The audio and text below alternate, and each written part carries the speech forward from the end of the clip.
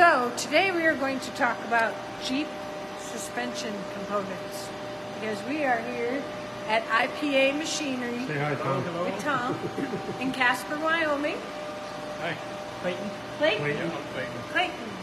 Clayton and Tom have been making suspension components for the off-road world for a long time.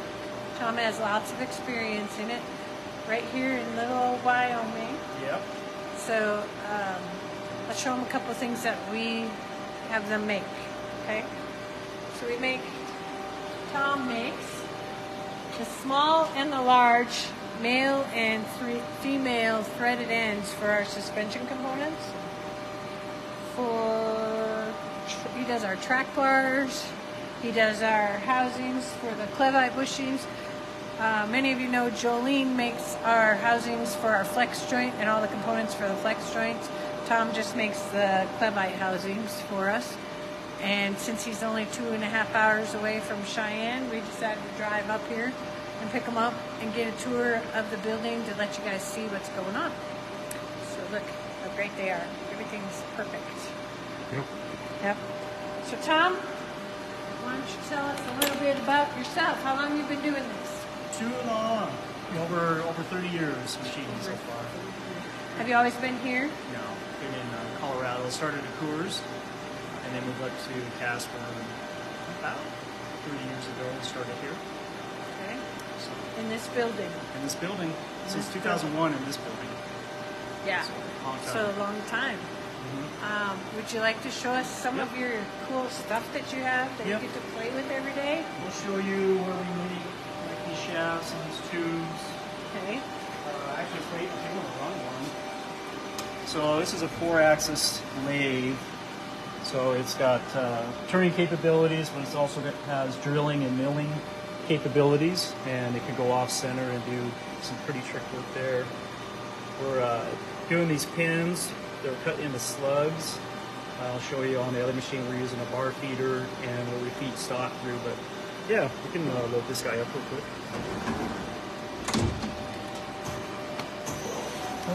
Sorry.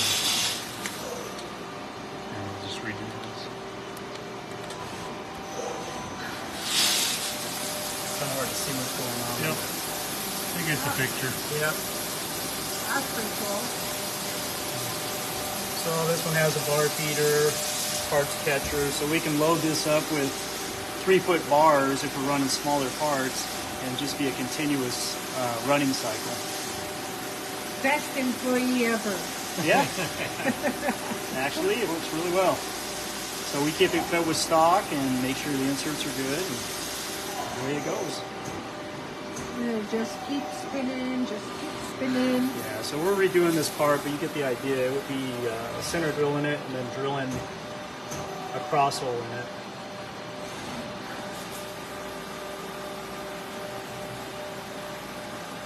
And then we'll flip that over and face off the back side of that. Ultimately, if you want to grab one, there's a finished pin there, and then we'll just chamfer the 2 holes.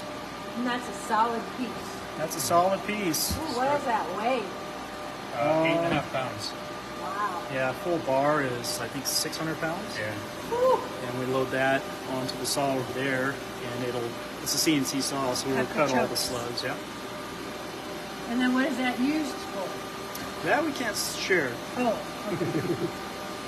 We got a lot of product that we can't yeah? talk about. Yeah. Well, that's pretty cool. Yeah. Let's see the next one. Yep. I'll show you one of the old ones.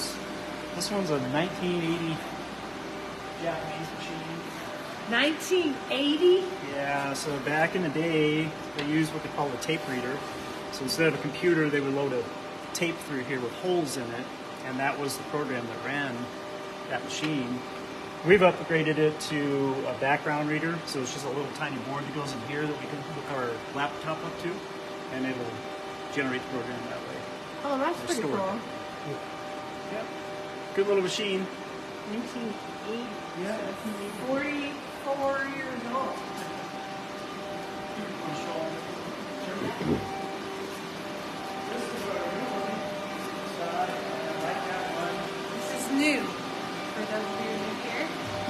feeder, part sketcher. It's just bigger. You sneak up there. More power. We like more power.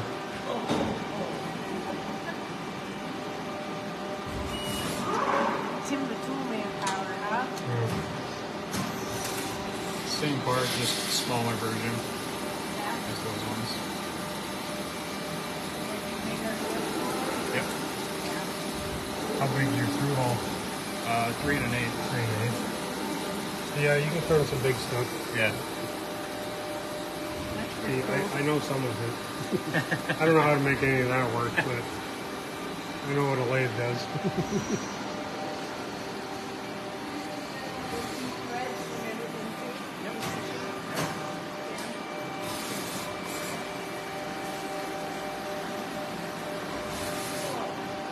Job will just finish over here.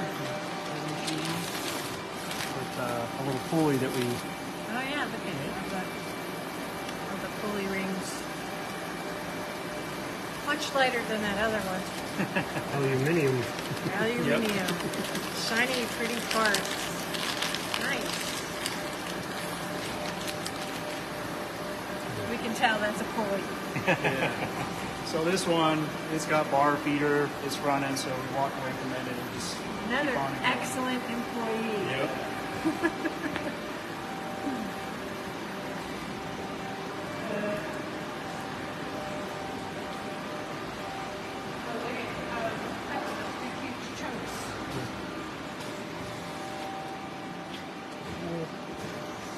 Fire that one up. Yeah. That's, Soon to be more pins. Yeah. but that cart holds quite a bit. Yeah, we built these parts to hold that, so again, we walk away from this and there's the bar.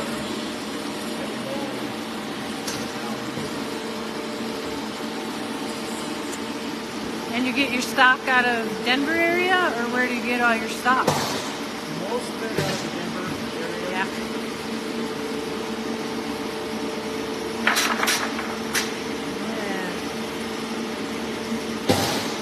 Yeah. Pretty beefy cart. Did you build that too? That's new to, What's that? this is new to Inlock, isn't it? Yeah, this You were so bad all back then. Yeah, it's about a year old, this one right here. We bought it used and we built it. A little soft.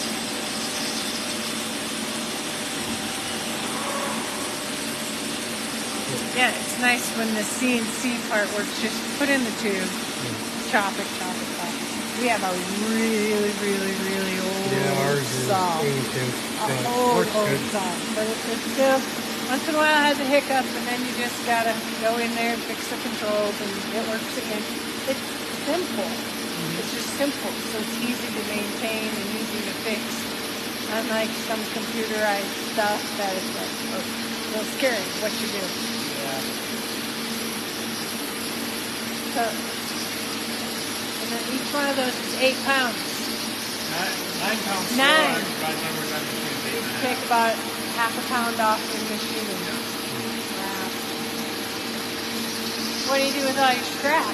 Beer money. It goes recycling. Yeah. All right. All these little. Yeah. Go to CNC mill. Running multiple vices here. So we start with the raw stock, it gets machined, transfers over to here where it gets side 2, transfers over here where it gets side 3. We just do the whole thing in one shot. This is the answer to Tanner's question, right? Yes. Watch that go for a minute. He said, do you only do mill work or do you do lathe? There you go.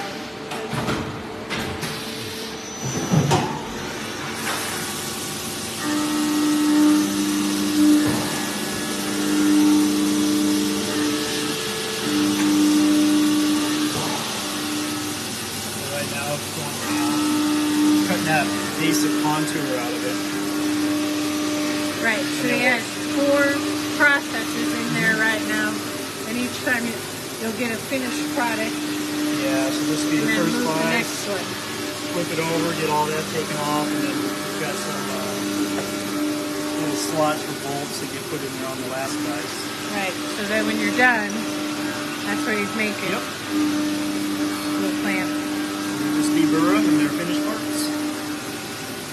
Man, the whole box of that. Yeah. Shiny little parts.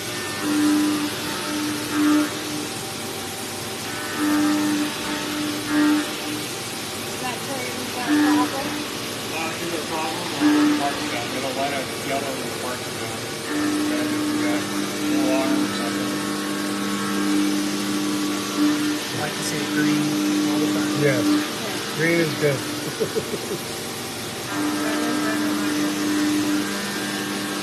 So when it gets done with number 4, then you have to manually change everything. Yep. So how long does it take from that one to this one? To do all of the parts, that's about 10 minutes, 11 minutes. And then maybe a couple minutes to load back up. And you pretty much got it at its max as far as stages that you could do. And these are hydraulic prices here, so we just click the button and it opens up. So we don't spend a lot of time opening and closing and all of that. These are automatic open and close, so we don't have to stand here and do that. Of all the things you make, what's your favorite thing to make? I don't think I have a favorite. I think they're all about the same. You're supposed to say the one that makes you the TNT. most money. No, you're supposed to say the one that makes you the most money. Well, that's true. That's a fact.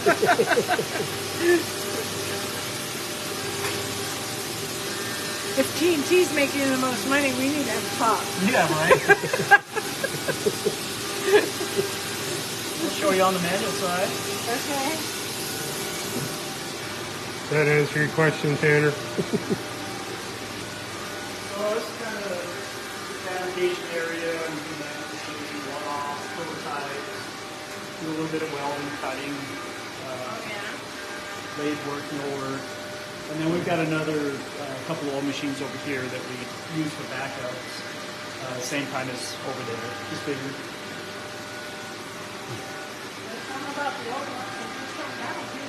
They're actually really good machines. Right.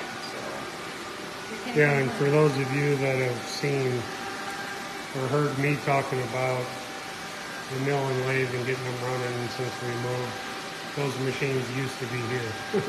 I bought them years ago from Tom and Jim. So You just upgrade to newer old machines. yeah. you can't beat them for the little odds and ends stuff that I do. They'll run forever. Yeah, they're not fast. And you got to look spin dials, but They work. yep. Especially if it's one or two pieces. Yeah, and it, how much time versus spinning dials versus sitting programming a part. Right. Yeah, if you're doing enough parts, the CNC makes sense. Right. Or if it's a complex part. Right. If it's simple, it's only one or two, this is the way to go. And then another oldie over here. You have to convert this thing, or you still use it the old way, or? Yeah, this one's been converted too. Yeah. In fact, it might be in here, I'm not sure.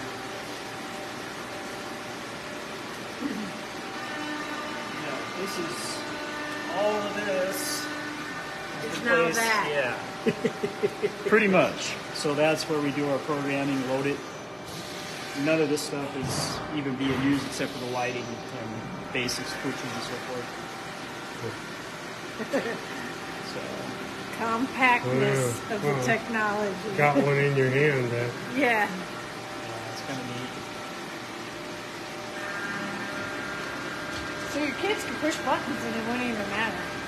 Yeah. As long as it's programmed right and the tools are right, and push the button.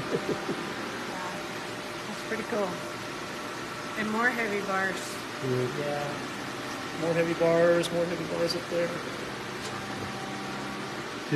What's one big bar cost? Oh, it depends on what it is. If it's steel or aluminum or brass. Okay. A bar of aluminum can run $800, $900. A piece of DOM tubing can run several $100s. Yeah.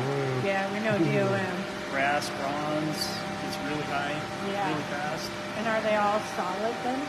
The No. brass and the bronze? Yeah, the brass and Yeah. the bronze are solid. you're making things out of solid stock. Yeah, I got bearing steel over there, brass, bronze, aluminum, 1018, Okay. 4140, Yeah. a little bit of everything. Anybody Anything have else? questions on there? No? Just Tanner. Just Tanner? Because Tanner's into that kind of stuff. Mhm. Tanner loves that kind of stuff. Yeah. Yeah. He's a YouTube machinist. Oh, yeah. He bought a watches 3D and printer. watches He loves and it. watches. Yeah. Plays Whenever with, he's at the house, that's what's on TV. yeah, is he watches those some shows. machinist making stuff. Yeah. Clayton's our 3D printer kind of guy. Yeah? Yeah, that's one of his. Oh yeah, there's one Tanner. 3D printers and a laser And a CNC. and a CNC. That sounds fun. Yeah. Tanner's gonna get envied. Yeah. He just said to me today, can't we buy a scanner? I need a scanner so we can scan the Jeeps, get the frames and everything in there so we can just make the parts in Fusion if we had them all scanned. Like, not right now, Tanner. I'm done hemorrhaging when you put it in there. We need press brake tooling before we need That's that. exactly what I told him. That's exactly what I told him. Yes. Press, new tooling. Now that the press brake's operating right now, we need more tools. All right. Do you have anything else for our fan world, Bob? No. All right. Thanks everybody for tuning in at IPA Machinery and checking out how some of our suspension components get made. See you next Tuesday.